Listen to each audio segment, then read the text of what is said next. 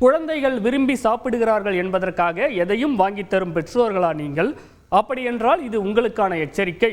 பஞ்சு மிட்டாய்க்கு தமிழக அரசு திடீர் தடை விதித்திருக்கும் இன்றைய நாளில் இன்ஸ்டன்ட் நூடுல்ஸ் பற்றி வெளியாகியிருக்கும் ஆய்வு முடிவும் அதிர்ச்சியூட்டுகிறது. பதற வைக்கும் பின்னணி பற்றி மருத்துவ நிபுணர்களுடன் நான் நடத்திய கலந்துரையாடல் இது. கோயில் திருவிழாக்கள் முதல் திருமண நிகழ்ச்சிகள் வரை கலர் கலராக விற்கப்படும் பஞ்சு மிட்டாய்கள் குழந்தைகளை கவர்ந்து இழுக்கின்றன.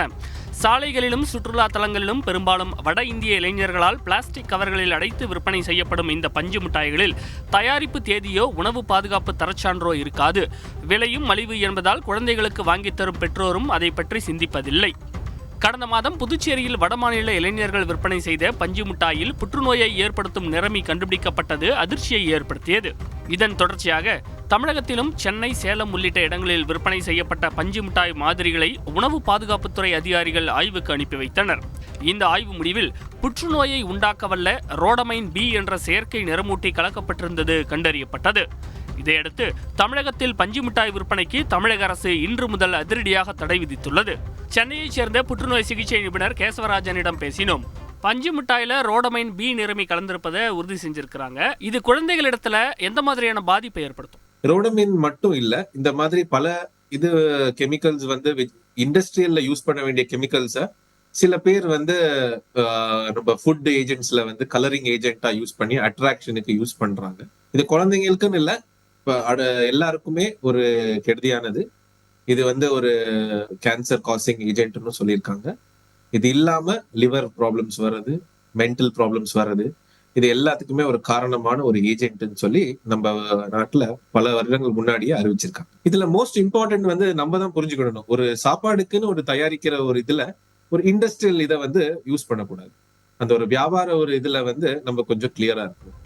இதேபோல் குழந்தைகள் அதிகம் விரும்பி சாப்பிடும் இன்ஸ்டன்ட் நூடுல்ஸிலும் புற்றுநோயை உண்டாக்கும் ரசாயனங்கள் இருப்பது ஹாங்காங்கில் நடந்த ஆய்வில் தெரிய வந்துள்ளது.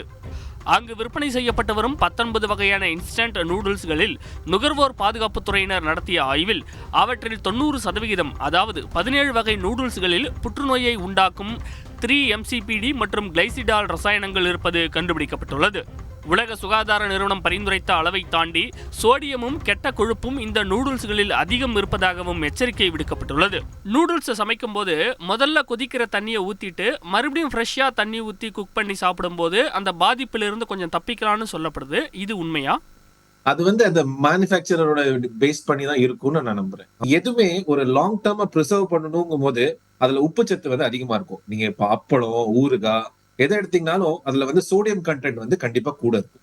சோ அந்த மாதிரி ஒரு நூடுல்ஸை நம்ம ரெகுலரா சாப்பிடும் போது கண்டிப்பா உப்பு சத்து கூட இருக்கும். குழந்தைகள் விரும்பி சாப்பிடக்கூடிய வேற எந்த தின்பண்டங்களை வாங்கி கொடுக்கும் போது பேரண்ட்ஸ் ரொம்பவே எச்சரிக்கையா இருக்கணும். இப்ப நம்ம பெரும்பாலும் நிறைய குழந்தைங்களே வெயிட்டுக்கு அதிகம் அளவுக்கு கூட வெயிட் இருக்கிறத நம்ம பாக்குறோம். ஒபேசிட்டிங்கிறது ஆல்மோஸ்ட் இப்ப ரொம்ப காமனான ஒரு ப்ராப்ளமா இருக்கு. கண்டிப்பா இந்த ஒபேசிட்டி, சைல்ட்ஹுட் ஒபேசிட்டிங்கிறது பிற்கால பிரச்சனைகள் வாய்ப்புகள் வர்றதுக்கு அதிகம். குழந்தைகளை கவர்வதற்காக பலவித வண்ணங்களில் விற்பனை செய்யப்படும் அனைத்து வகை தின்பண்டங்களையும் அரசு சோதனைக்கு உட்படுத்தி தரத்தை உறுதி செய்ய வேண்டும் என்பதே பொதுமக்களின் எதிர்பார்ப்பாக உள்ளது.